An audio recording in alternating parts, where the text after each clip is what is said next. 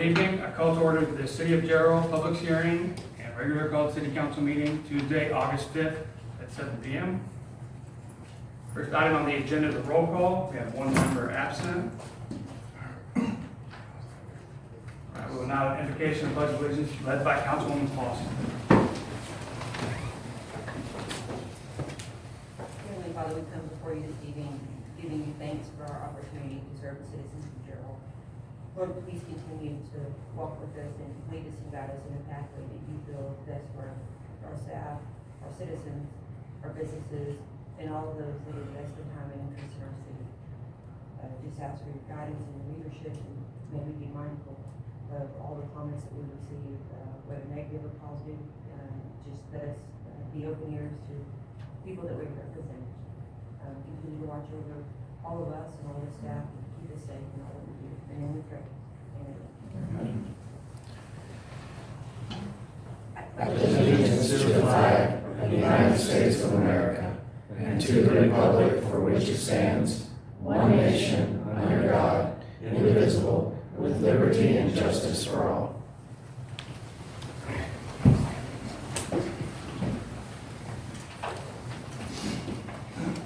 Okay, next item on the agenda is public comments, and we do not have any. Okay, so agenda item number 3, we have 2 public hearings. Agenda item 3.1, we're going to open a public hearing to receive and discuss a presentation on land use assumptions and updated capital improvement projects for the 2025 water and wastewater impact fees.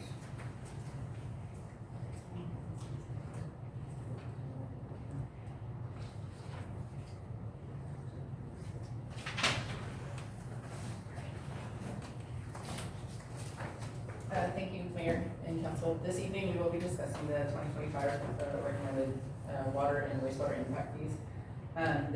This study was conducted by CAP Engineering last year, completed in June of 2024, was not presented to PNC or the Impact Fee Committee or City Council for consideration. Current staff did discover the report this past spring. Realized that it needed to be presented to y'all. We did work with 2 firms, Nugent and KPA Engineering, to get some updates to the report. We're going to be discussing land use assumptions and CIP projects this evening.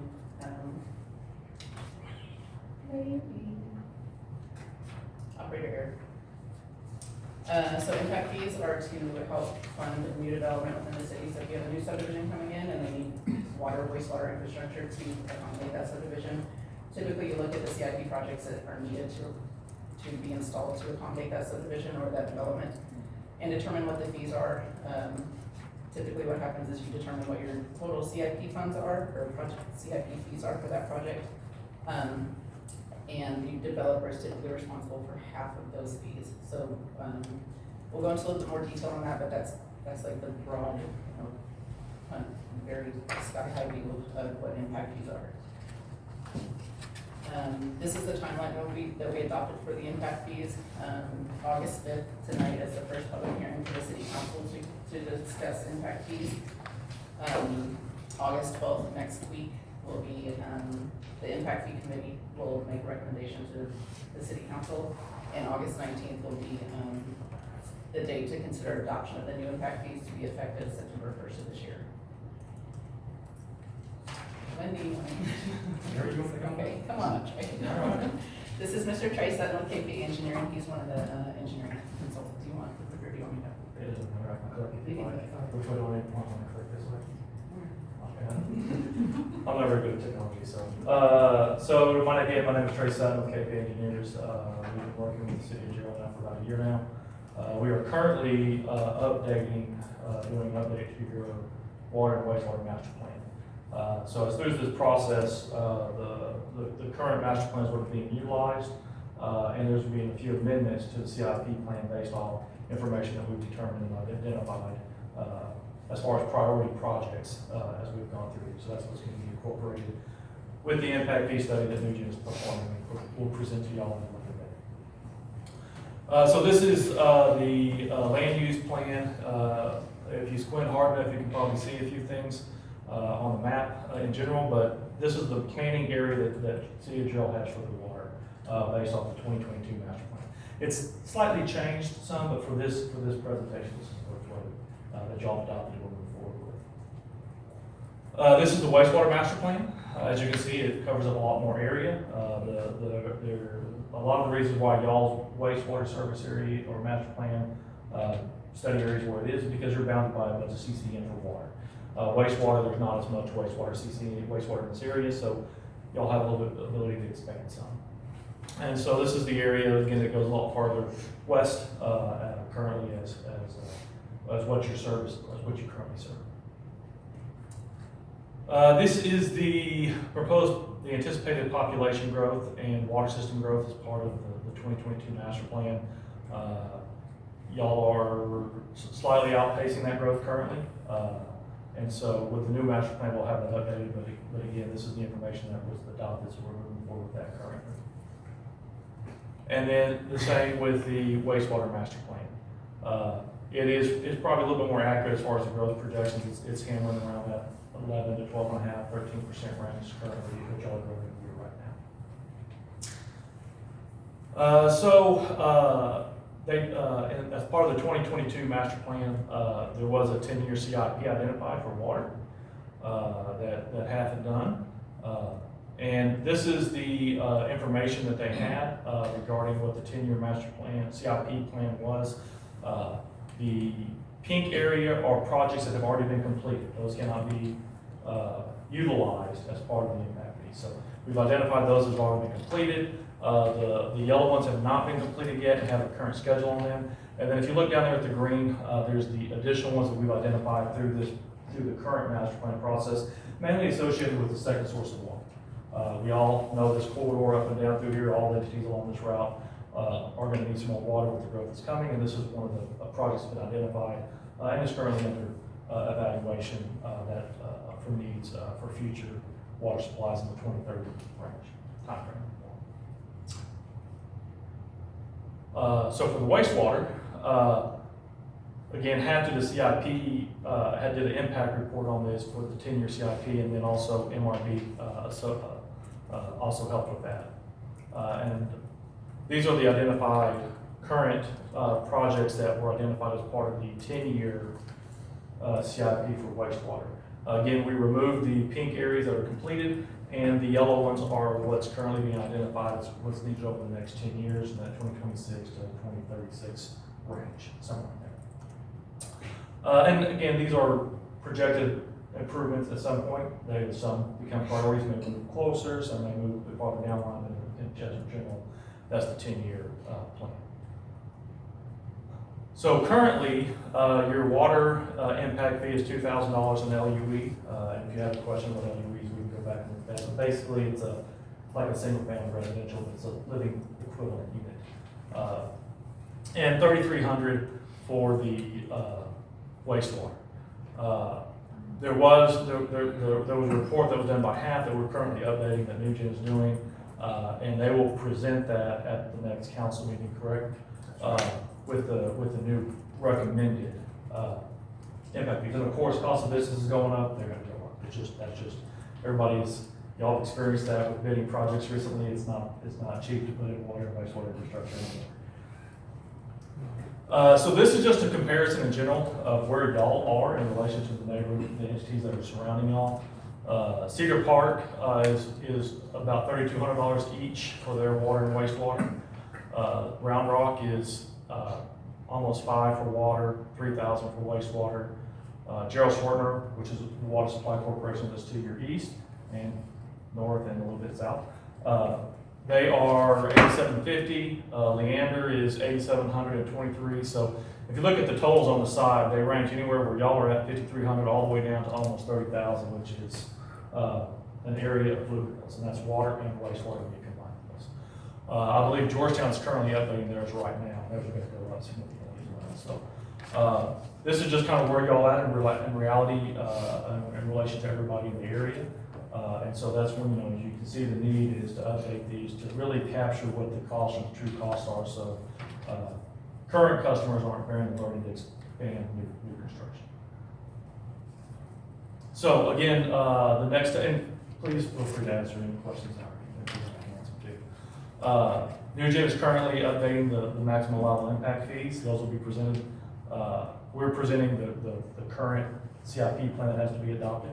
And then they'll move forward with the, August 12th, we'll present the proposed impact fees at the Utility Impact Fee Committee meeting, which is the same corresponds with P&Z. And then on the 19th, they'll have a meeting which will present the actual findings and recommendations for the council to have to take action.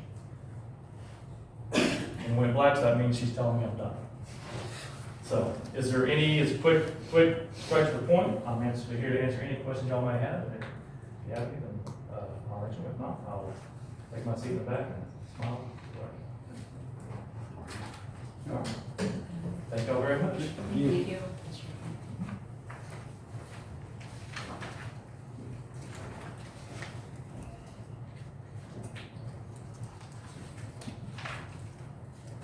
Questions or anything? Okay, so we're gonna close this public hearing. Moving on to agenda item 3.2, we're gonna open a public hearing, a discussion regarding the fiscal year 2025-2026 proposed budget. Mr. Hernandez.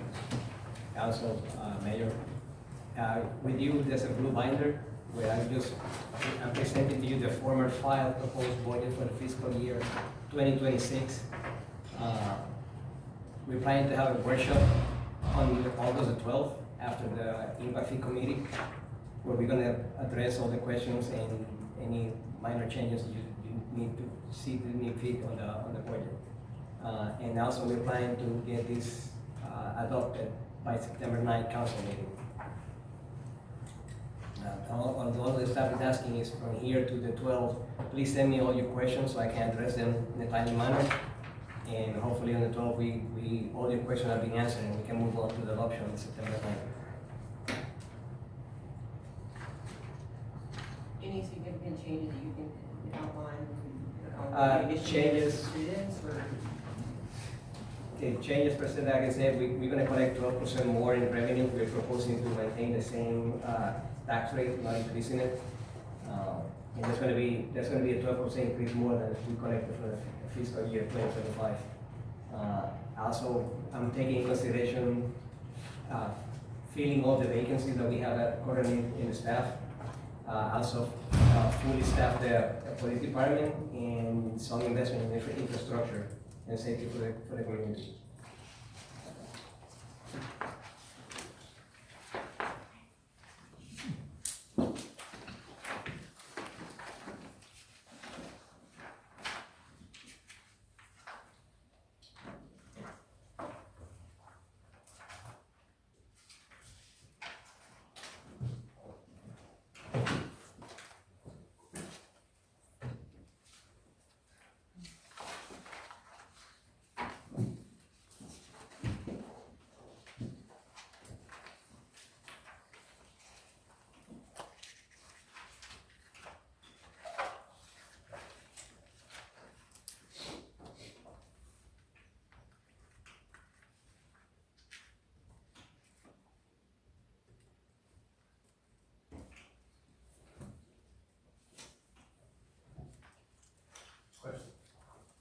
Comments? No? We good? You need a clarification, your questions submitted by? We're gonna have the workshop on the 12th, so if you can get them to me before the 12th, instead of the 10th, that will give me time to address them and bring the answers in front of you by the 12th.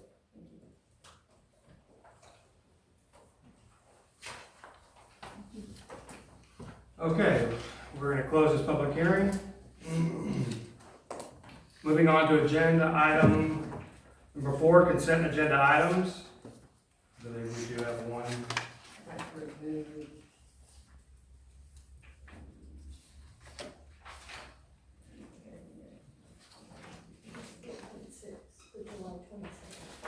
I'd like to remove 4.6 and the consent agenda. And then how would that work if I wanted to abstain from 4.1 and where we are? So I could pull that one as well and be voted independently. But this time I'd like to pull 4.6 and it's 4.1.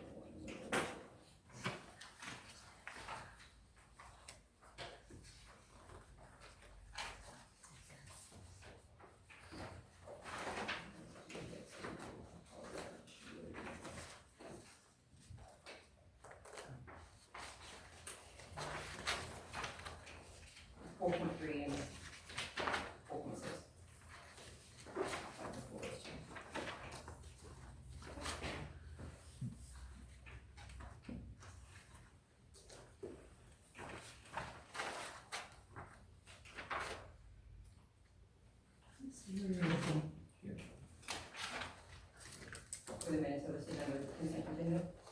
Oh, sorry. I pulled 4.3 and 4.6. I'll make a motion to approve the minutes from July 21st, July 7th, July 15th, and July 17th as presented. I'll second that. Okay, we have a motion on the floor and a second. All those in favor say aye. Aye. Those opposed say nay. And 4.3 I pulled just because I wasn't in attendance, so I want to approve those. Those that she asked we pull just need a separate vote by themselves each. Actually, 4.6 I'd like to remain full for current purposes. Okay. And we forward on the 4.3. You want to approve Okay, it? so, July 14th, it was just, you weren't here. I'll make a motion to approve. Second. We have a motion on the floor and a second. All those in favor say aye. Aye. All right, unanimous, approving 4.3. Okay. And 4.6 I would ask to be placed on next agenda. Can you, well, 4.6 on 4.6. next meeting agenda, for clarification purposes.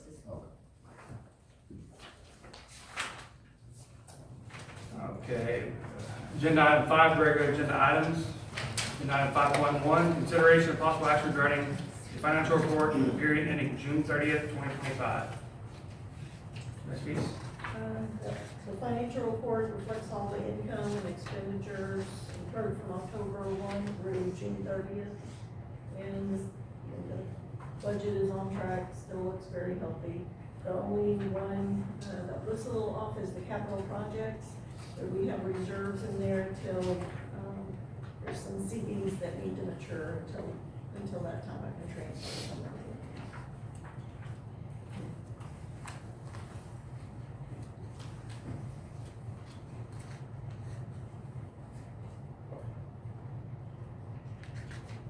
I'll motion to approve the financial report as presented ending, for the period ending June 30th, 2025. I'll second. We have a motion on the floor and a second. All those in favor say aye. Aye. All those opposed say nay. Unanimous. Agenda item 5.2, discussion consideration of possible action to set the preliminary tax rate for the fiscal year 2025-2026 annual budget, and setting the date to hold a public hearing. For this item, the city is proposing to keep the same tax rate as last year of 0.394004, so there will be no change. And all we're requesting for this motion, we need an individual vote for each one of you, approving the tax rate to remain the same. Well, we don't have John.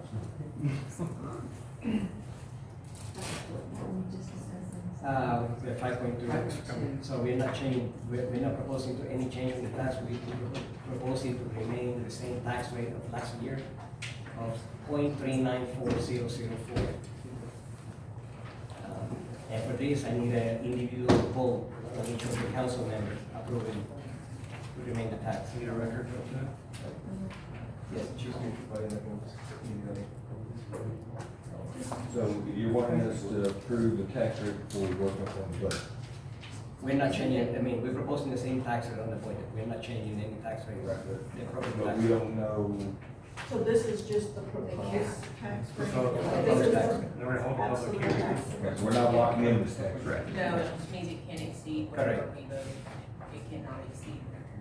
And so we're asking for us to make a motion for it to remain the same at this time. You said that if we vote, we cannot exceed. The proposed tax rate. Right. So my question is, if we do that tonight, and if we come to the budget and we vote for error and we need to raise it, are we stuck? We shouldn't be raising. We should. Looking at the budget. We went down last year, Right. so. I would like to go down every year, but some years. So.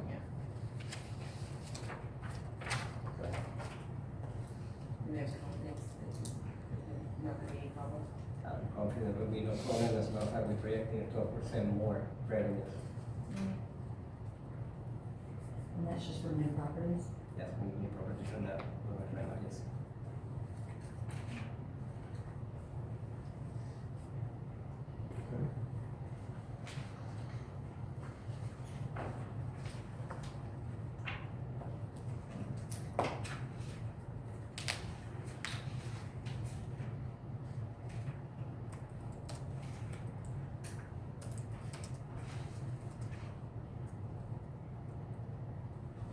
So we just need to make a motion on that. No, we need to give you a vote. Oh, So right. it will be from 1 to over 12. Do we need a motion and a second and then do a record vote, correct? Yes, we do need a motion and a second. We need a motion and then a second, and then we're gonna record each individual vote. Will you make a bell? What's the motion need to look like? I would say to, set the, state the preliminary tax rate, whatever is set forth in your, materials there. And then, set, your given date. So I move to set the preliminary tax rate at X and set a hearing date of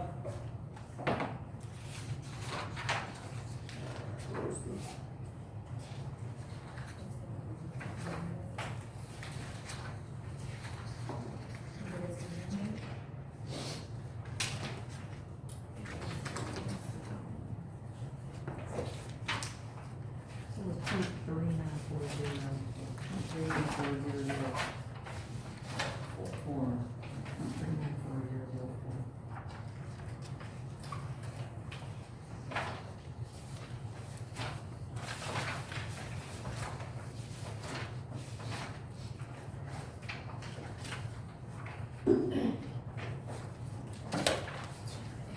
Yeah. The workshop, we can use a workshop.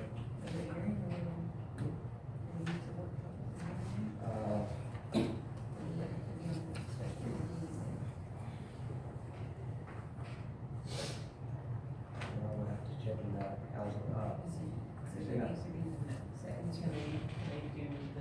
The public hearing on the. public hearing next week on the 12th, and then a workshop or reception quick. Is the I county, have to double check the county has to publish the No, notice in the paper. I don't think we'll have enough time to publish for you. Okay. You may have to call a special meeting if necessary to do your public hearing. In order to,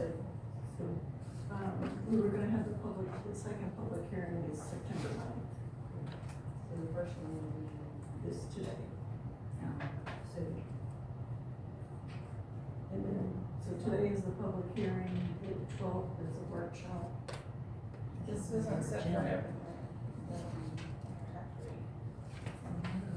says the whole public hearing. This is set the date to hold a public hearing. So you may have to have a special call meeting or public hearing if you wanted to be able to do it by the 9th. What's the deadline? The Williamson County does it for us, so I'll have to check with her tomorrow.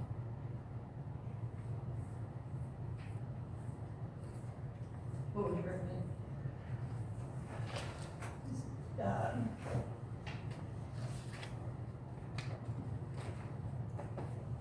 Without knowing the date that you need to submit it to publish, So the public hearing today was for the actual budget.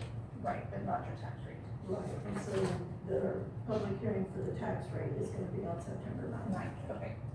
So we don't have to do that tonight? Okay. See, All you're doing is setting the public hearing for September 9th. but do we still need to include that tax rate in this motion or no? Yes, the preliminary, yes.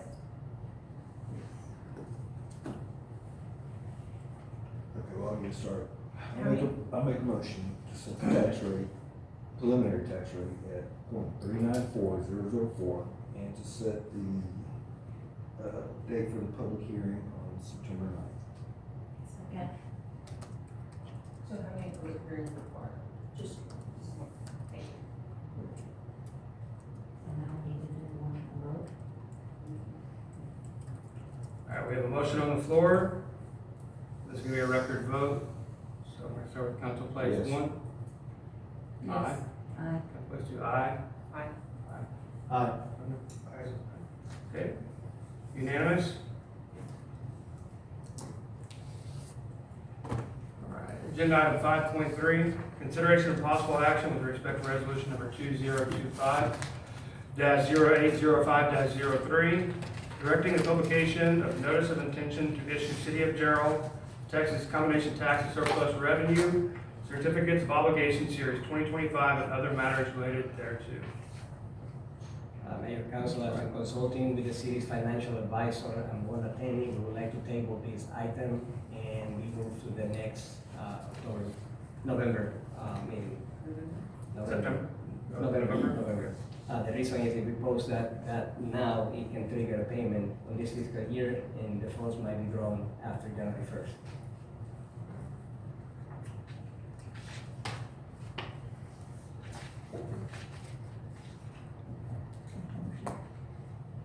I'll make a motion to table this, agenda item 5.3 till November.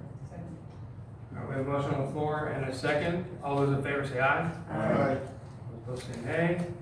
Unanimous? All right, agenda item 5.4, consideration and possible action to approve discussion. Okay. Regarding ordinance number 2025-0805-04, an ordinance, the City of Gerald, Texas, ordering a general election on Tuesday, November 4, 2025, for the election of Alderman Place 3, Alderman Place 4, and Alderman Place 5.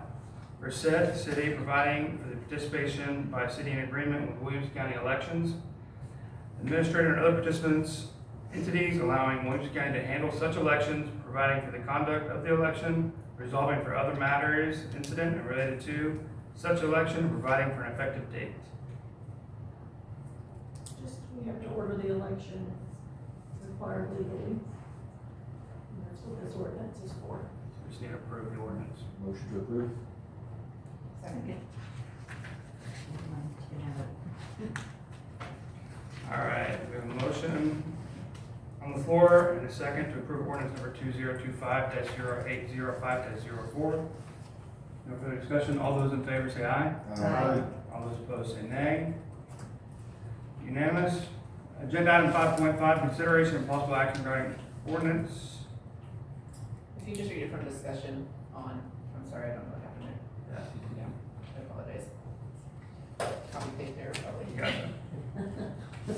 Consideration and possible action regarding, consideration on Bob County's Flats 2 infrastructure plans on property described as 23.03 acre tract of land located in the Isaac Bunker Survey, abstract 54 in Williams County, Texas, and being a portion of a called 68.72 acre tract described in warranty deed with vendors lien Margarito Espinoza, recorded document number 201-800-1341, the official public records of Williams County, Texas. Thank you, sir. Diane, can you open 5.5?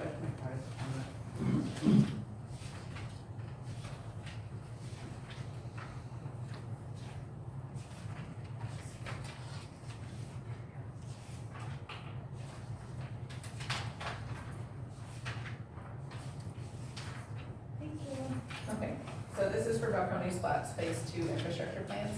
The subject property is approximately 23.03 acres. Application for construction plans were submitted in April of 2021 and approved by the consulting engineer in August of 2021. City responsible infrastructure will be water, wastewater, and streets. There's a copy of the layout right there. Bob County's Flats Phase 1 is just west of, I'm sorry. It's just past the apartment complex. I get a little disoriented on that road. It's just past the apartment complex that recently was completed. So phase 2 will be on the right side of that existing residential development and then go all the way to Seabud Stockton. So basically encompassing the apartment complexes there. I'm available for questions if y'all have any, but this is just a phase 2 of an existing residential development. And the plans are pretty detailed, so I couldn't put them up on here, they're pretty, yeah.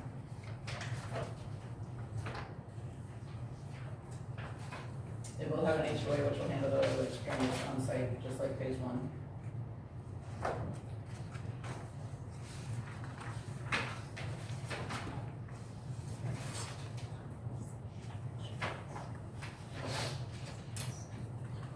Forgive me, so we're gonna be building streets also? Yes, sir, they Water, will be. sewer, and streets, Correct. city is? Well, we will not be, the developer will be, and then they'll dedicate them over to the city for maintenance. Oh, so just maintaining. Yes, ma'am. So the developer puts in the infrastructure, water, wastewater pipes, streets, and then once they've been inspected and accepted by the city, then they dedicate them over to us for maintenance, for future maintenance. And they also give us a bond for 20% of the cost in case there's any failures within the first year of installation or of acceptance.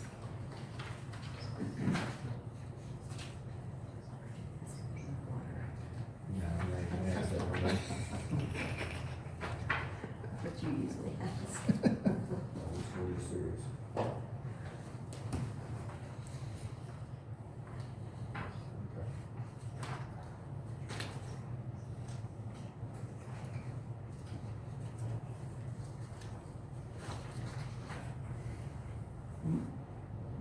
All the required documents have been submitted and, Yes, ma'am. that's a tough question, but it's Yeah. making sure. So typically, if they're not submitted and the developer still insists on being presented before this body or P&Z, then staff would make it very clear that it's not a complete submittal or a complete application, or that we would recommend disapproval of the item, but this one we recommend approval. And how many homes is it? I couldn't read all that. Sorry. That's okay. I would estimate probably around 80 lots for this subdivision, for this phase 2. Well, I'll make a motion to approve phase 2 of the Balcones Flats infrastructure plans as read in the caption item, based on staff recommendations and findings. Second. Okay, we have a motion on the floor and a second. All those in favor say aye. Aye. All opposed say nay. Unanimous. Agenda item 5.6, consideration of possible action regarding Balcones Flats Phase 2 final plat. The property described as a property 23.03 acre tract of land located in Niles Bunker Survey, abstract number 54 in Williams County, Texas. Being a portion of a called 68.72 acre tract described as a warranty deed. The bidder's lien to Margarita Espinoza, reporting document number 201-800. 1341, the official public records of Williams County, Texas. Thank you, So, sir. So first portion was the infrastructure. This is the final plat now. They had to get their infrastructure approved before we move on to final plat. Both of these have kind of been pending for a couple of years, and the developer's been very patient while we got caught up on the projects that we have on in the queue. So again, same thing, subject property is 23.3 acres. Application for final plat was submitted in January of 2022 and approved by the consulting engineer in February of 2022 as well. Again, city infrastructure would be water, wastewater, and streets. Final plat layout, you can see maybe a little bit better the phase 2 there on the screen in front of you. It's the bold section on the left-hand side of the screen. And then the apartments on the top at the corner of Seabud Stockton and FM 47. And again, I'm available for questions or any concerns. I'll move to approve Balcones Flats Phase 2 final plat. Second. we have a motion on the floor. No further discussion. All those in favor say aye. All those opposed say nay. Unanimous. All right, agenda item 5.7, discussion and possible action regarding Hunter's Glen Phase 2 final plat on property described as all that certain tract or parcel containing 32.303 acres of land in the Elijah Davis Survey, A-172, Williams County, Texas, being a portion of the residue of a tract which was called 100.861 acres conveyed from Solana Ranch Company to Counterview Red Oak LLC by an instrument of record in clerk's file number 202-112-6347, Williams County official public record. Ms. Bell. Thank you, sir. That description was a little odd. I'm pretty certain I was supposed to say residual of the tract, but I did not write that. Somebody else did, so I just copied it verbatim from what they have written. So this is for Hunter's Glen Phase 2 final plat. The subject property is approximately 32 acres. Application for the final plat was submitted for review and approved by the consulting engineer in September of 2024. City infrastructure for this area would be wastewater and streets. Water is supplied by Gerald Shortner Water Supply Corporation. There's the, general vicinity of phase two. I think you should have a, layout, and I apologize, I didn't put it on the PowerPoint, but you should have it in your packet there. And I'm available for questions, and there is a representative here for Hunter's Land, if you have any questions for them as well.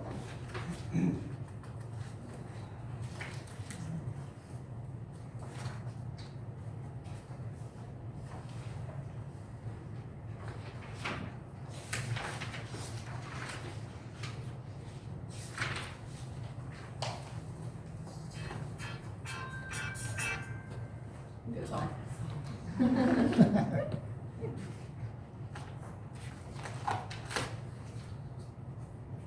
I'll make a motion to approve Hunter's Glen Phase 2 final plat.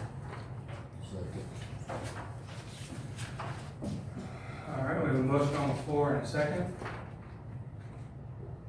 No further discussion. All those in favor say aye. Aye. All those opposed say nay.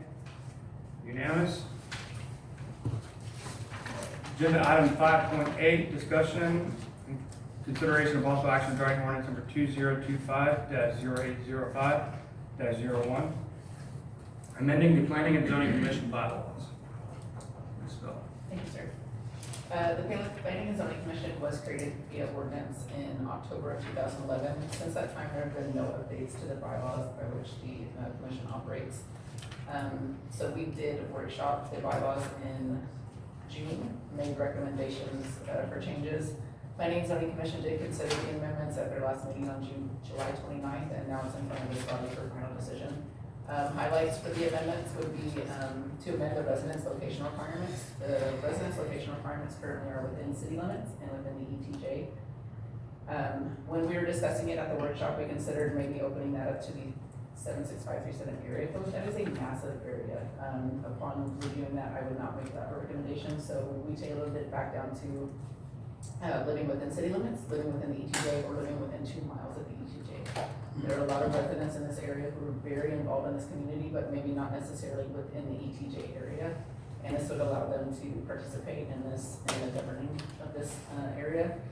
City council still has the final decision on who serves on this body, so you still have the ability to appoint your members as you see fit. And the ETJ area and also the ETJ area would be limited to 2 members on the commission. So out of 5 members, 2 members only. So the 3 remaining members would still have to be within city limits. We also amended the meeting dates based on the adoption of the yearly calendar. The bylaws currently say that they meet at the community center on the 3rd Wednesday of the month, I think, which is not how we operate at all now, where they meet at City Hall. They meet on the last Tuesday of the month. So we did update that. We just kind of left it vague as per adopted by the yearly calendar with them, and then term limits. There are no term limits currently in the bylaws, so we did make a recommendation that they can serve 3 consecutive full terms in order to get some change if needed on the commission. And so just looking for a motion from you, or any concerns, questions? I guess, just for a little bit more clarification for me, the opening it up to 2 miles outside of our ETJ.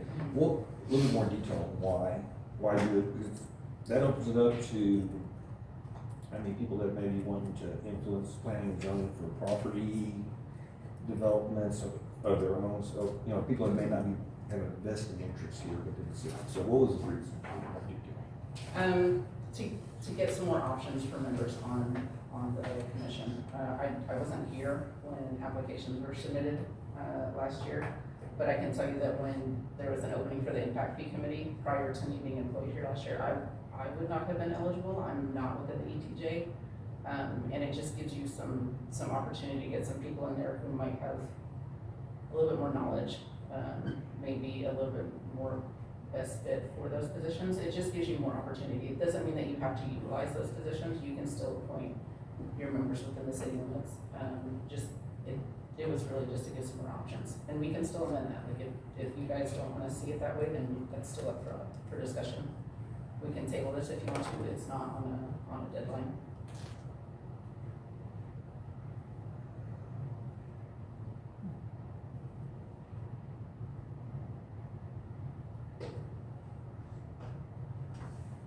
Are there there any current serving members that are in those categories of the description? There are two.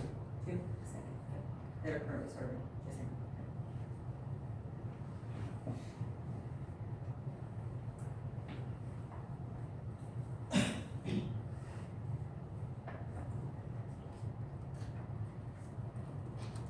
On the last one, it says you can't serve 3 consecutive, well, after the 3 consecutive, then you can no longer serve. They would have to come off for at least 1 year, and then they could be reappointed to serve. Yeah.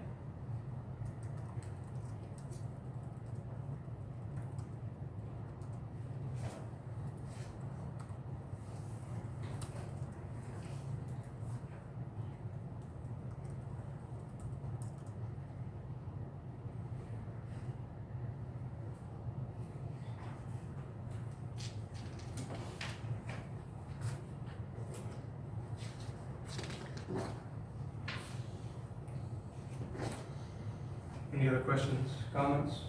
Like she said, we can table it to the next meeting if you would like to, if you want to look into it a little more. I mean, if we're having trouble getting people, let's do it already. I'll do it. And then as city limits grow, then you can amend the bylaws again to, you know, bring it back to city limits only if you wish.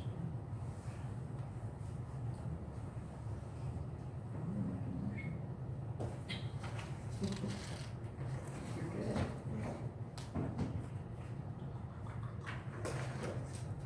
I'll make a motion to approve the new bylaws. Can you read it, number 1 off of your screen? The ordinance number. Okay, I'll make a motion to approve ordinance 2025-08-05-01 as read and captioned by the mayor as presented and based on staff's recommendations and findings. Second. All right, we have a motion on the floor and 2 seconds. All those in favor say aye. Aye. All those opposed say nay. Unanimous? All right. Agenda item 5.9, consideration and possible action and direction regarding ordinance number 2025-0805-02. An ordinance of the city of Gerald, Texas, amending chapter 9A, the Unified Development Code of the Code of Ordinances by revising section 1 and section 6 to comply with Texas Election Code regarding political signs, providing for severability, repealer, and effective date. Mr. Hernandez.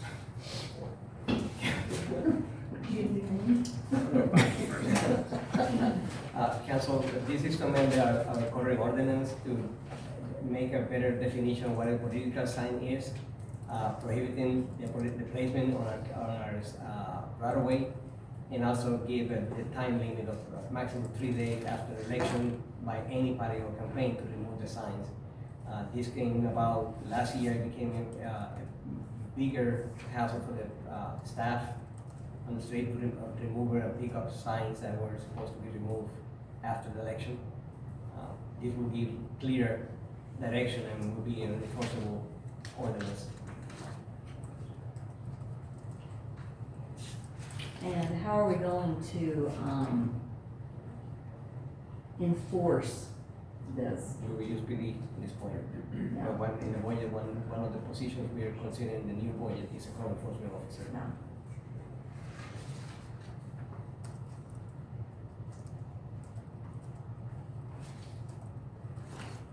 I'll motion to approve ordinance 2025-0805-02, amending chapter 94 of the Unified Development Code to comply with Texas Election Code regulations on political signs.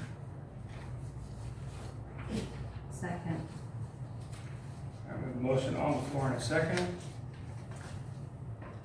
With no further discussion, all those in favor say aye. Aye. All those opposed say nay. Unanimous? Okay, agenda item 5.10, consideration and possible action on clarification. Give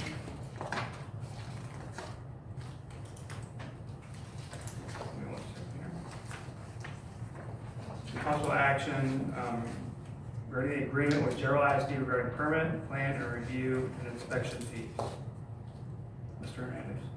And so this item, agenda item, is pretty much a clarification of the agenda item 5.9, presented at the July 1st, 2025 meeting.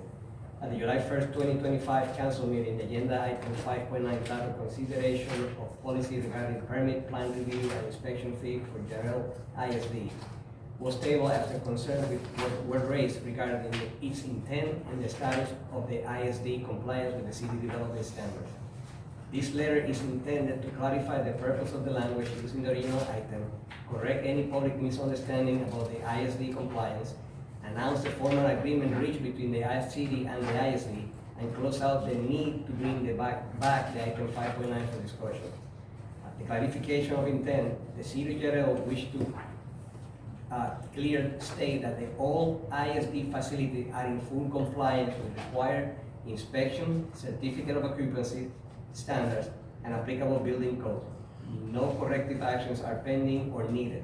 Any confusion arose from the language into the staff memo that referenced broader challenges with limited inspection staff in the past, challenges that impacted non-ISD development have been since corrected. The city appreciates the ISD professionalism and cooperation during all phases of the school's construction. With us, we have Dr. Hicks and Keith from the ISD. And we're happy to announce that the ISD and the city have reached a final agreement. In response to the chair's concerns about fiscal sustainability and operational clarity, the city general and the ISD have reached a mutual agreement now in effect. Admin fees for permitting, plan review, and inspection for future ISD schools will be waived. The ISD may retain its own third-party provider for plan review and inspection at its own expense. Alternatively, the ISD may opt to use the city's third-party provider if it's convenient for them, and coordinate to the city with no markup or admin fees, so we will serve as a pass-through for the fees. All approvals and documentation will be routed to the city for ensured record keeping and issuance of certificates of occupancy. Should the city internal staff capacity grow to a level where in-house plan reviews and inspection for the ISD project can be conducted in a timely, efficient, and financially responsible manner, we remain open to revisit and updating this agreement in the partnership with the district. This agreement honors the city's responsibility to support public education while managing taxpayers' funds service fairly and transparently. At this moment, we are not seeking any action. We just recommend the acknowledgement of this letter. I move to acknowledge the finalized agreement between the city of Gerald and Gerald ISD regarding permit, plan review, and inspection fees for school construction, and to remove agenda item 5.9 from future council discussion. Second. We have a motion on the floor and a second. Any further discussion? All those in favor say aye. Aye. All those opposed say nay. Unanimous. Agenda item 5.11, consideration of possible action to approve ordinance number 2025-0805-05, an ordinance denying the proposed changes in rates of Encore Electric Delivery Company LLC, finding and determining that the meeting at which this ordinance is passed is open to the public as required by law, and declaring an effective date of this ordinance. Mr. Hernandez. The staff is seeking approval of denying the proposed changes in rate by Encore. This is something that the city does on an annual basis.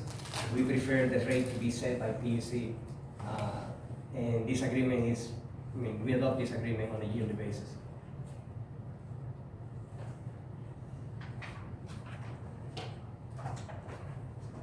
Just looking over the plans, the rates will vary depending on their usage and type of commercial, but they're looking to be up. That's why we rather use the PUC.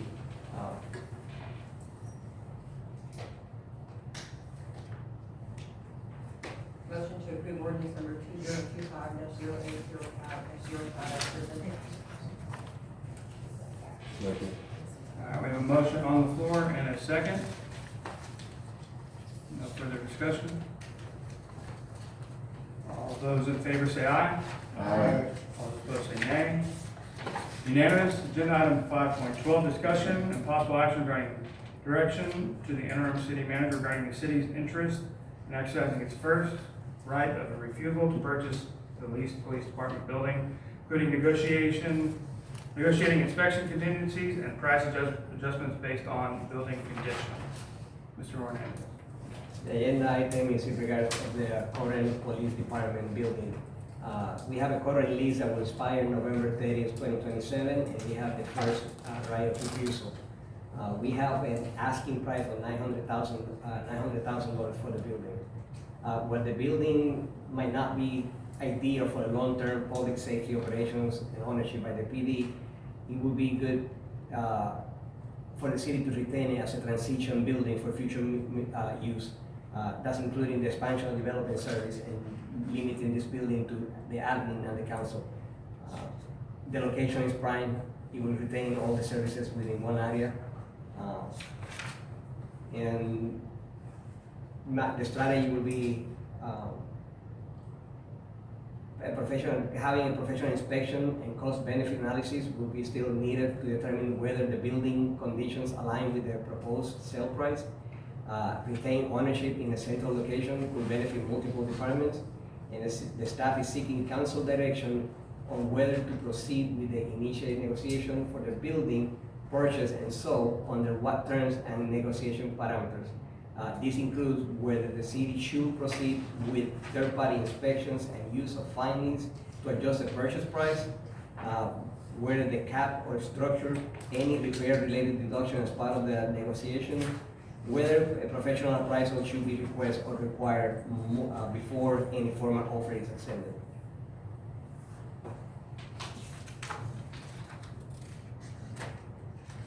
I think it's the property altogether, besides the building. That answer I will have to get to you later.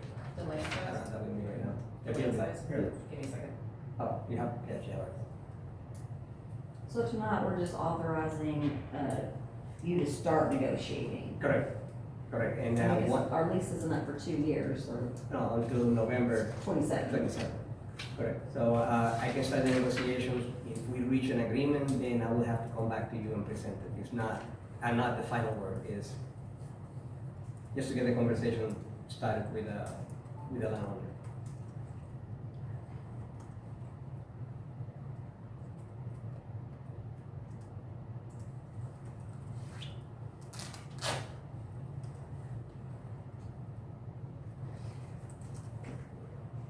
Let me see what the land size is. Charles, do you know that land size for that area? Not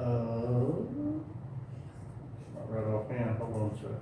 0.85. She got it. Yeah, I was gonna say, it's just under an acre, I know. 0.85. Yes, ma'am. Yeah.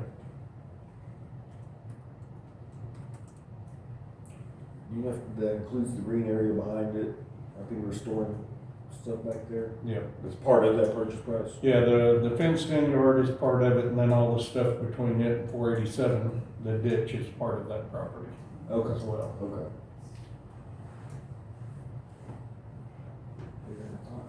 Mhm.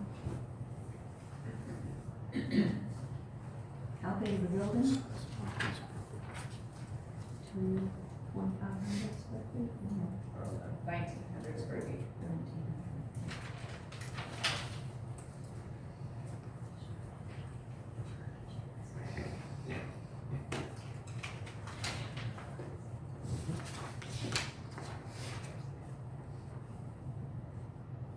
Well, I'll make a motion to.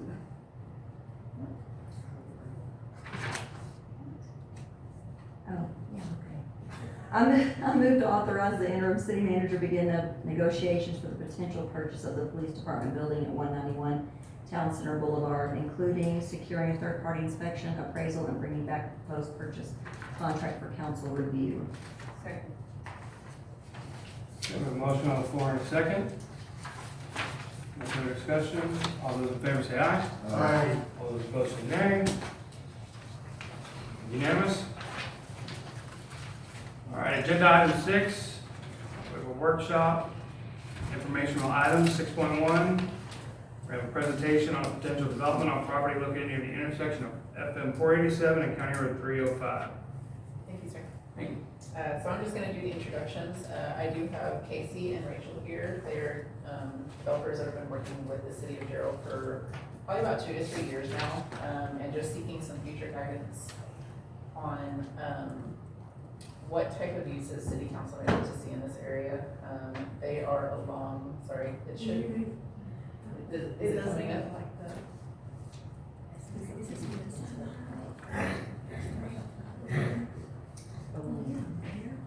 Okay. Yeah, And 305. yes, down there. Like if you're going to the BB camp. Past the school, past the school. The storages. Sorry. Yes, PDF, yes. perfect. I know You where want I'm me to at. get it to,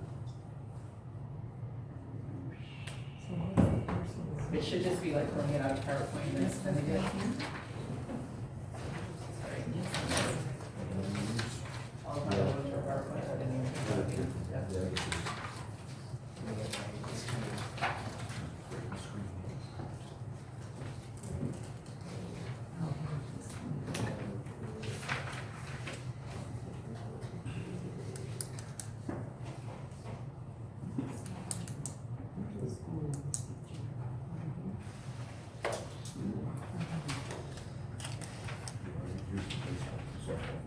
Yeah.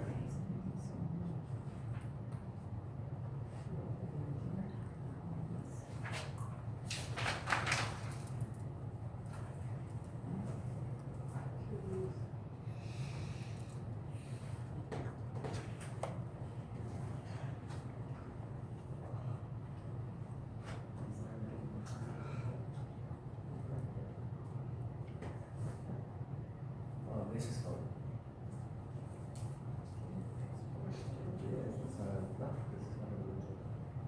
It's gonna come across everybody's screen.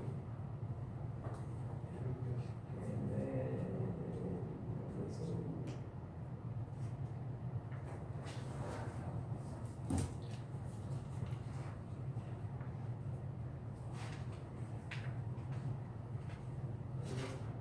Perfect, thank you. So I'll Casey be and here. Rachel, thank you. Casey and Rachel are here just to get some further guidance from city council on desired land uses for this area.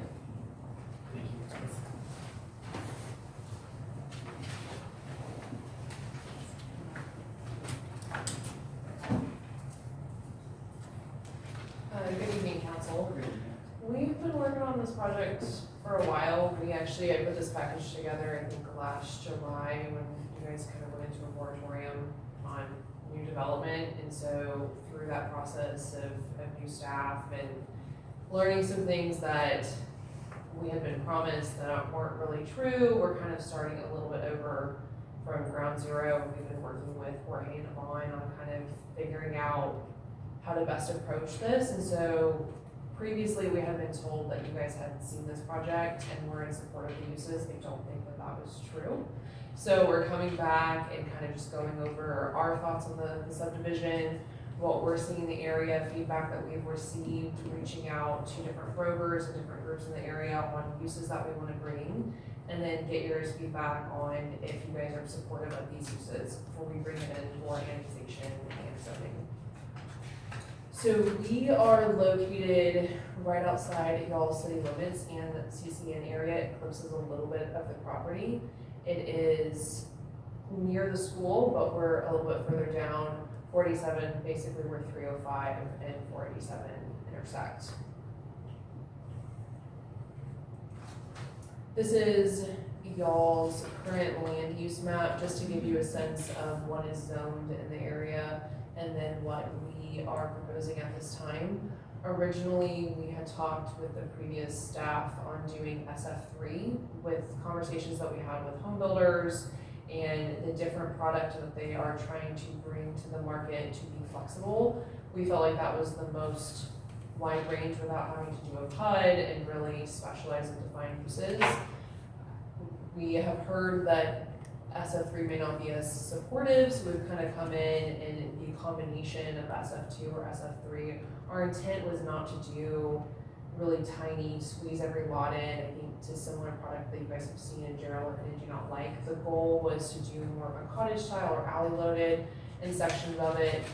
Braun Homes has done a product in Harvest Ridge that's been really receptive and is one of their strongest communities. So that's the flexibility that we were looking for without having to do a specialized zoning for the product. So we understand that that's not necessarily, you guys don't want to kind of see some of the other subdivisions that have been happening in the Gerald area, and we understand that. I think the limitations with SF2 is that the minimum lot size is 45, and some of the home builders, especially in this area, they have a lot of 40 lot sizes, and so we would have to either have SF3 or do some sort of PUD to give a variety of lot sizes to the subdivision. Our track encompasses both sides of 487. It's a little interesting where it's 119 acres south of 487, and then we have about 19 acres north. There is floodplain going through the middle of the 19 acres track and going through the larger property. This is where we spent a lot of time trying to figure out, is Gerald ready for commercial? Are there people interested? Are there retail groups? Casey spent a ton of time, and can probably speak to this a little bit more, on what the feedback was and why we are suggesting these zoning categories. So I'll let him talk to that a little bit. Yes, thank you, Rachel, I appreciate it. So in May of 2024, I went to the ICSC, a commercial retail event in Las Vegas. It's the largest commercial retail event in our country, just to talk to some of the larger retail groups, McDonald's, Wendy's, Walmart, etc. And specifically to discuss this site, because we, and I believe y'all have a few versions of our original preliminary land plans, and those have changed since we started working on this almost 2 years ago. The reason that we have changed those is because the feedback we got also engaged a lot of the brokerage community as well, just asking them, do you think this area would support retail? I even had, it was 3 or 4 brokers that said we wouldn't even take this on as a listing because we think it's way too early for retail. I spoke to the broker that's representing Sierra G Ranch, which is going to the, yeah, so Sierra G Ranch is right down here for, in relation to our property. I spoke to that broker, and they are even struggling selling some of those commercial pad sites, and that's on I-35 frontage. And so that's the reason that we have switched and, again, wanted to get y'all's feedback on doing SF2/SF3 for the southern parcels, which is, as Rachel said, approximately 119 acres. And then for that northern strip, we had a few different ideas. On the northeast corner, we had discussed potentially allowing for a C-store, and I know that in the past, City Council hasn't always been in favor of C-stores. Understandably, someone made a comment, we don't want the city of Gerald to be known as the truck stop city. Totally understand that. We wouldn't allow any type of overnight parking there. The reason that we would ask for a special use permit, just wanted to get your feedback on that, is because of all of the retail uses, whether that's daycare or what are some other ones? Yeah, flex office. Any retail group that we have spoken to, they said, we want rooftops first. We don't want to be a pioneer. So we're not going to buy that and build that until your subdivision is completely built out, except for C-stores. They will be a little more pioneering and make the first move. And there are some of them that do a good job, right? Like QT, I think they do a good job. And there are some other ones that don't look so well, which we wouldn't want to work with those. And then for the remainder portion, as Rachel mentioned, some type of potentially flex space. I hesitate to use the word industrial because this isn't even deep enough. It would be a big box industrial use. I don't know if Tracy Anderson is still working for no? Okay. When we were speaking with her a couple of years ago, she said that there was a need for some type of flex space of that sort. So just again, wanted to get y'all's feedback. As Rachel said, we've been working on this for quite some time, and just wanted to give a shout out to Yvonne and Jorge. They have been great, and I know that y'all are cleaning up a mess from the previous administration, so thank you for your responsiveness first and foremost. I really appreciate it. But we don't like to blindside neighbors or P&Z and City Council. That's why we asked to do this, so thank you for squeezing us in tonight. And when we did a floodplain study, this was an unstudied area of FEMA, and by law, FEMA has to notify the neighbors, but we sent all of the neighbors a handwritten letter first, just say, here's who we are, this is what we're doing, we think it's the right way to do business. So hence the reason that we wanted to meet with y'all before as well. Jorge, question's gonna be more for you, since it's outside of our city limits, does TxDOT get involved? Because obviously with putting in a convenience or whatever, the traffic, that road's very dangerous enough as it is in that area. If that road belongs to TxDOT, they will have to go through an traffic impact analysis, and based on the traffic, they will determine which accommodations or improvement have to be made to the road. We also have an impact traffic analysis requirement.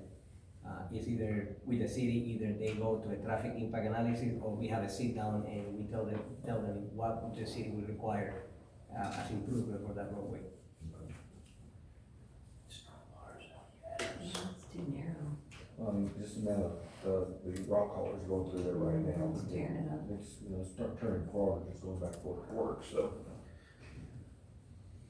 Okay.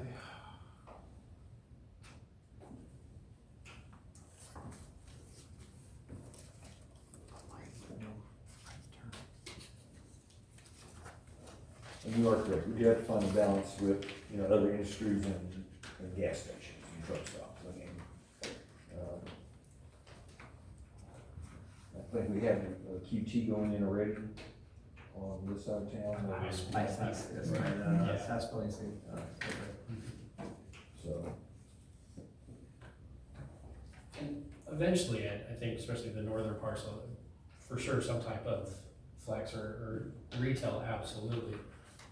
Everyone that we've spoken to have said you're probably minimum 5 to 7 years out on a lot of that from a group that wants to actually take the time to purchase the property and develop something. And unfortunately, we're not in a position where we can buy the land and sit for 5 or 7 years. So that's why they were wondering if there could be some compromise there to find a use that maybe we could sell at the corner to a group that would be willing to come in and build some type of retail component there as we're building out the residential on the south side. is there any other business besides gas station? It's a good question. Well, if I'm not mistaken, there's also one going in over here somewhere by the apartment, so I mean, we're starting to stack them all, so it's gonna look like driving down one of the streets in Austin, so. I would ask, see if there's something else out there pioneering beside the gas station. Yes. I mean, there'll probably be one down there if there's enough population, but. Yeah, and we'll have to, can you think of any off the top of your head? I mean, I would love if there was a group that wanted to come in and say, we'll do it now, to be quite honest with you, but. I was just gonna add that your point on TxDOT, so FM 47 is a TxDOT road, and then 305 is a county road, and then 305 is to go through our subdivision. We've had a lot of meetings on how exactly does that align with like CRG, their road. Do we connect to that? We've had some discussions because there's been some plans in the past that aren't current aligning, but basically the entrance to our subdivision would be a traffic light, a huge, 4-lane, 305, extending 487. So some of like the gas station conversation is just that's going to be a major thoroughfare at some point, which that's where you typically see those type of uses. And then with the industrial use, I've done a lot of projects in Georgetown, and I know everybody does not like industrial, but it's an interesting, when you start diving into the uses that are allowed in industrial, if you have any sort of manufacturer or fabrication component, which is most small businesses, that is the only use that they can go into. Georgetown has priced out most small businesses, and with the depth of this track, it allows for office and warehouse and storage space, and in my experience, that's kind of what's needed and kind of comes into next, and that's how I would design this, to allow for small businesses to have space, but it also, the flex component is I've seen, a gym go in, or, State Farm needs an office, and so you design something that can be fully office, or you design something that a small business can get the space, and then the rent's affordable, because a lot of those people are getting pushed out of Georgetown.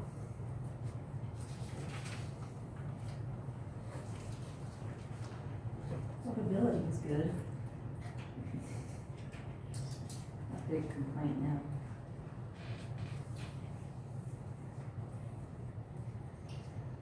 It's spoke with Walmart and they're just like, no, because in Killeen, they have tiny little ones. They're kind of a gas station, but they bring groceries. So they were just, no for Daryl. They gave this a good look, our site, but they said that they are still bullish on Gerald, but they want to be on the highway. They want that exposure, all those eyeballs, right? So we spoke with, and this is no exaggeration, probably 30 different multifamily groups. They wouldn't touch this site. It's mostly just home builders, and any multifamily group that said we may give it a look, they wanted to put a public housing corporation on it, which I know that from a previous project, that wouldn't go over well with the city, so, which is understandable, given how they approach that, the developers on that one. But, yeah, I spoke with HEB, same thing, they want to be on the highway. So I think, you know, whomever moves forward with some type of retail use here, it is probably going to be more of the local mom and pop businesses when that time comes, or like Rachel said, a gym, or I don't know if there's enough rooftops to support some type of daycare facility, but. We have all those, a lot of them, Yeah, and a gym, yeah, 2 of them. yeah, We need doggy daycare. yeah, That's what we need. Yeah. yeah.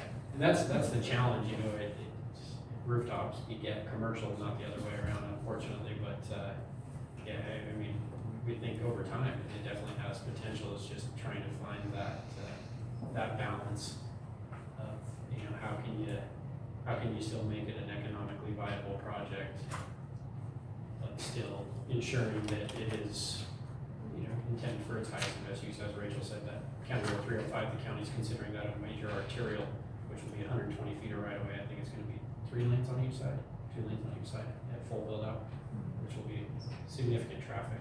And it eventually connects East Gerald and County Road 314 and 310. There'll be a bridge over I-35 when that day comes. We have no interest in like restaurants or, we have entertainment, I see those, because right now, as I can think of, we have to go to Georgetown often for children entertainment. There's no Gaddy Land or soft spaces, it's kind of an industrial thing that you can find. You know, there's multiple ones in every city. I don't think there's one in Georgetown or Atlanta. I think that'd be something beneficial for children. I mean, there's the schools are right there. Yes. Right now, we're trying to pull out places for birthday parties. Unless you looked into any of those. It's a good idea. Every group that we have talked to, whether that's on the retail brokerage side or the actual retail developers, we just have not gotten good feedback at all, which is unfortunate. And I started engaging them almost 2 years ago when we first started working on this project. The market is in a very different position than 2 years ago. Home builders are now starting to pull out of Gerald from what we've heard. They're no longer looking at new opportunities in Gerald, which that will change. I'm bullish on Gerald. I like Gerald. I think it offers a lot. You know, when you look at the prices in Georgetown, especially for small businesses, it's insane. So I think there is opportunity here, and we'll get through this bull. I mean, real estate is cyclical, but these interest rates are really hurting home buyers right now. I spoke with Sean Breedlove, who did Sonterra and Rancho Del Cielo and Cielo Gardens. His sales have been extremely slow at Sonterra, from what he told me.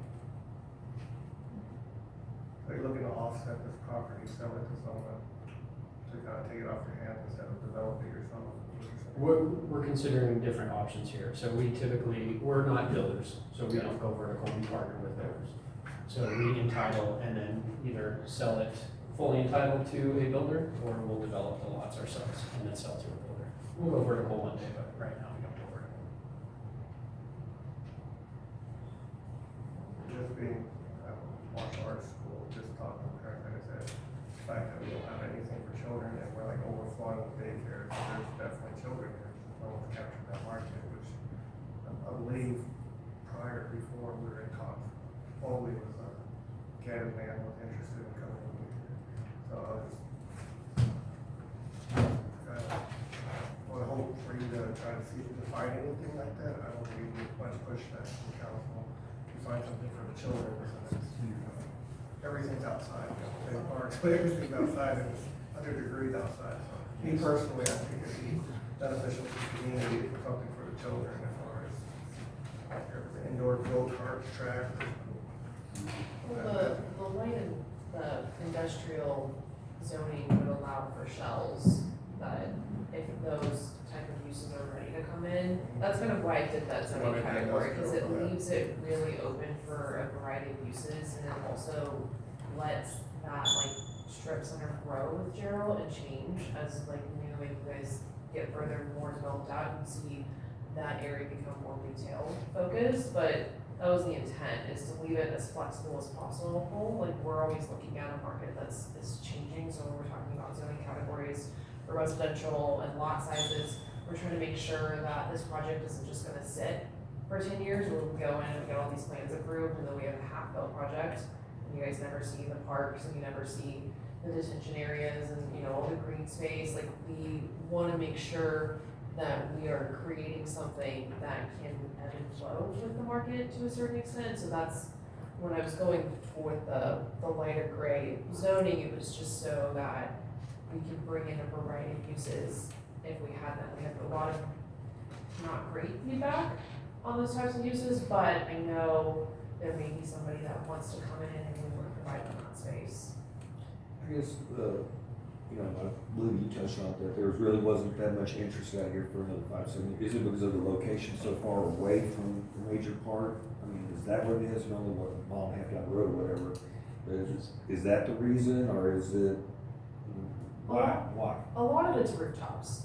So when I work on subdivisions, when I have commercial along the frontage, that's the last to go. They wanna see the neighborhood and, you know, several hundred rooftops behind, because that to them is immediate customers, let alone the people that are driving down the major thoroughfare. But without that, they're not going to come in. So when we're looking at a project of this size, we're not gonna be fully built out until 5 to 7 years if we started today.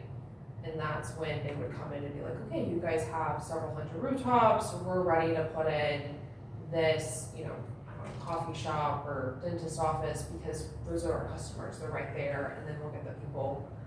I'm trying to think of something you'd like. A movie theater. A movie theater, there we go. So you're, the people you're trying to get to buy this are only looking at 119 acres, they're not looking at the city as a whole, as a customer. They do look at it, because they look at the whole marketing window, but when you're talking about, because this is more of a neighborhood commercial, I mean, Casey spent a lot of time seeing if there was a big box, because we would love to carve out, you know, 5-10 acres and put in a small Walmart. That just wasn't, like, they would want the property behind us to be built out. They would want the connection to I-35, and we are just so far off of that happening, that carving out and setting aside that amount of acreage and just hoping that one day it happens is just not like financially feasible.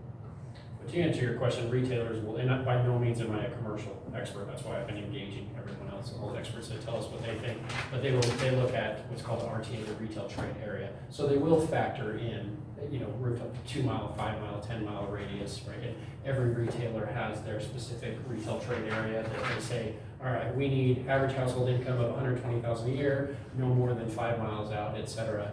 And because the bulk of, and it's changing now, but the bulk of homes are on the east side of Gerald, you know, it's a question they're asking themselves, are they going to drive over to the west side for, if it's a mom and pop pizza shop or some Gaddyland or something of that sort? So I think, Mr. Klebeck, I think it's a combination of, we don't have a ton of rooftops by us right now, but as Rachel said, it's also the marketing window. You know, that I-35 corridor, if you have retail pad sites on there, just think of all the eyeballs you get, that's free advertising. There's a reason why Starbucks went to that corner, right? As opposed, I would have loved I tried to call Howard Schultz and ask him to come build one on our site, but he didn't answer his phone for some reason. I guess my recommendation is anything with gas station, that's just. Yeah, I think most people will like another gas. Anything outside of a gas station, I don't think you're gonna get much pushback, but I think people are kind of tired of gas stations.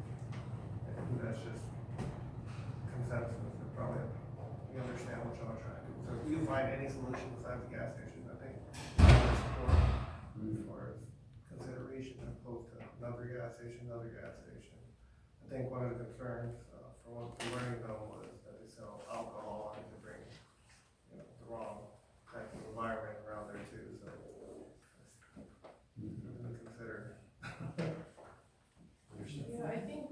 part of the thought process on that becoming a gas station and having like truck gas available was that they're not having to drive into y'all's town, and they're able to stop, because a lot of the trucks from the quarries, if they have to go get gas, they have to drive into Gerald to get it. If there was this gas station, they wouldn't be driving all the way in. So that was like that was a thought that we had on it last year. Like, we know y'all don't like gas stations, but it was also, if you can save the trucks driving into town, and that they're stopping at a site that's more near their place of business, then that would help with just y'all's traffic overall. So you're looking at building a truck stop there. There's a Not gas like an station. overnight parking truck stop, Right, I mean, yeah, where there's a few bays, There was you know, just details already. That was one of the complaints about the QT, was because even though we're gonna have overnight parking, it was gonna be handling trucks. whereas that's located more internal to Gerald versus this would be eventually, 305 is gonna be a major road, and then the 487, they just take that. We can take County Road 305 down Yeah.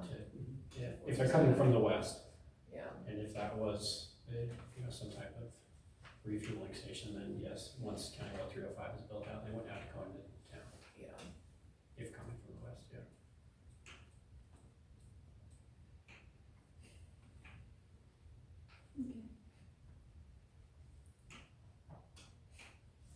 I know the comments have been there, but I think anything in the entertainment district would be welcome to citizens. I can't see why it wouldn't, because I know that, for entertainment purposes, all of us travel surrounding here for the most part.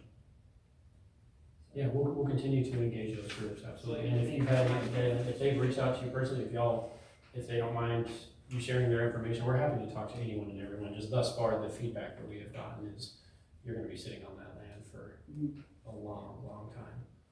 And then at that point, it begs the question, does it make it economically feasible? Because we're not a group that just sits on land. Unfortunately, I wish we were in that financial position, but we're not. Did y'all have any feedback on the residential use? Not the small lots. It seems like everybody's compacting everything. Yeah. Trying to get as much use out of that, but I know that affects pricing too, a lot more. Bigger the lawn, more is the cost for the actual house. But I mean, there's a place for that Yeah. in the city too, you know, Yeah. so. It's finding that healthy balance, and in our MO, I use this analogy, and, we don't wanna be the Walmart of the land development business. We'd much prefer to be the HEB, or maybe even the Central Market in some places. And nothing against Walmart, they serve a wonderful need in our society. There are some builders that their MO, they're purely profit driven, and they wanna cram in as many possible homes as they can. And they serve a need, they turn people into homeowners that otherwise probably wouldn't be homeowners. I respect that. I would never wanna put my name on it. And so, when we were originally thinking SF3, we weren't thinking all 30-foot lots. And I know that I'm talking to these landowners just north of our northern tract. I know that they tried to get SF3 and they were rejected, which is understandable because some of the other subdivisions that have been built, it looks like a matchbox turned vertical, and it just does not have a good curb appeal, so I understand that. It is unfortunate that SF2 only goes down to 45-foot lots, because a lot of builders want a mixture, and actually a lot of builders don't even want 45s. From what we've been told, they want 40s and 50s. And some of them don't even have a 35-foot product to put on a 45-foot lot. So that's why we're thinking maybe just a combination, and happy to put in language too, because I don't think we had any plans. We'll continue to engage the builder community, but I don't think we had plans to do a significant portion of 30-foot lots at all when we were originally going through the land plan that I think Yvonne maybe provided. We had another one that showed a concept plan. Those are all 45-foot lots, just to show roughly it would be about 399 lots. But again, the builders are gonna want a combination of probably 40s and 50s. Casey, Yes, would ma'am. it need to be all clustered in the same area, or would they be open to it being spread out? So builders, they typically like pods of, Okay. Here's 40-foot lots, here's 50-foot lots. Good question.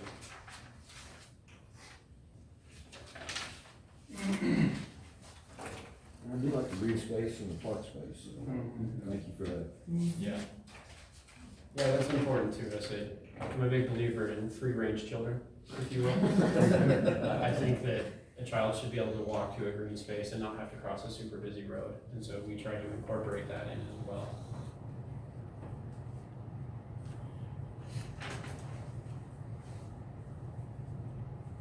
How big would the green space have been had you not had a float plan running right through there?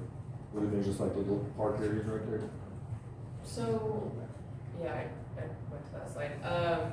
The goal is to make it all connected. So typically when I work on subdivisions, floodplain is there. I know you don't put amenities in it, but if you connect your parks and your detention, you're creating miles of trail systems that then connect to the different parts of the neighborhood. So the goal is that somebody can come out of their home, hop on a sidewalk, and then hit a trail soon by, but then that trail would lead them to all the different parks within the community.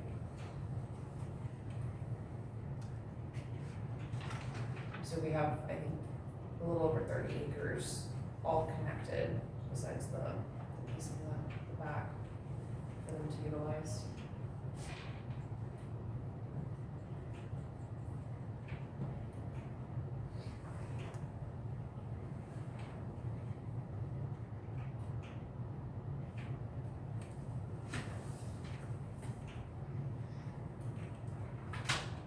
What kind of direction are you looking for from us when it comes to, I think the biggest thing is, when we there's come like in. two different little maps here. One has some of the multifamily with residential and one has all residential. Y'all see if we're open to letting y'all put some multifamily into it? Well, Like what would help y'all be able to, yes, sir. Move Thank you, forward. Mayor Chair. So, besides allowing y'all to put a gas station there? yeah. Are y'all trying to package like the entire property, or are y'all looking to develop like the south side now and maybe north side later? Or is it all just gonna be finding a developer to do all of it? So it'll be different builder groups because Okay. home builders don't touch retail. So I think the northern tract will get built many years down the road. Okay. Many years down the road. The original land plan that we had with the multifamily, again, after engaging over 30 different multifamily groups, especially with where interest rates are, no multifamily group is going to be developing in Gerald right now, at least on our site. I've seen a couple sites that have gotten posted by brokers in the area. We'll see if anyone moves forward with those, but from the feedback that we got, no group wants to be on our site. So that's why we then revised our plan to show just all residential on the southern parcels, a combination of SF2 or SF3, just so we can get down to 40-foot lots. But just wanted to answer your question directly, just wanted to get some feedback. I think this gives us a good general frame of reference, and I understand that the C-store is not sexy. I totally get that. We're just trying to figure out how can we make it economically feasible if we do allocate that northern portion to some type of flex or retail or commercial use, because as Rachel said, it's not very deep, so you're not gonna get these big box retailers or industrial uses there. But I think this gives us some pretty good direction on how to move forward. But are y'all okay with residential in the southern?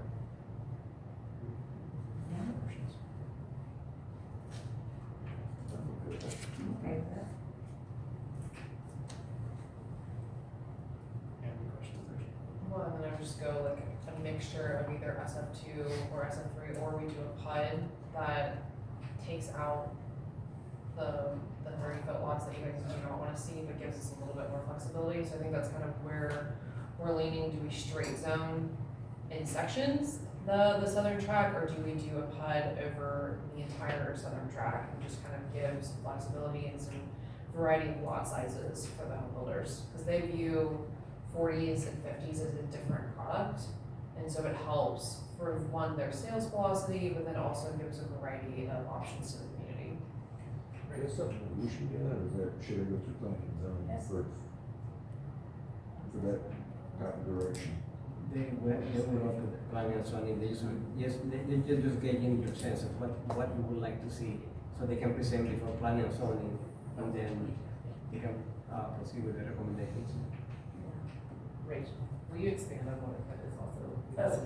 So a PUD is a planned unit development. It's when your code does not have that use defined, so it basically creates a zoning category, and we define it.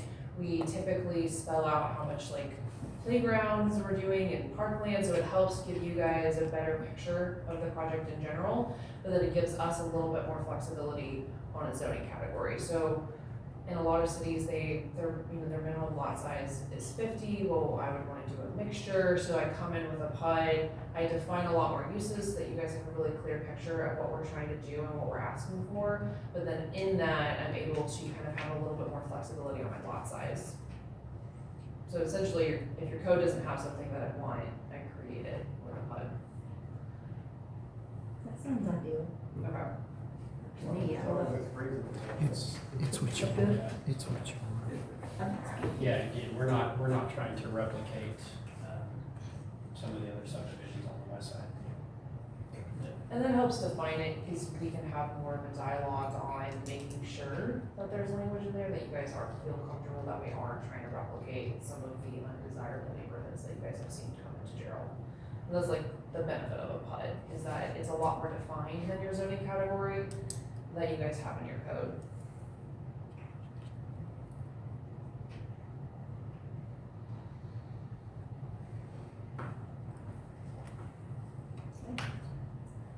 Yep. Thanks, y'all. Really appreciate your time. Thanks for coming.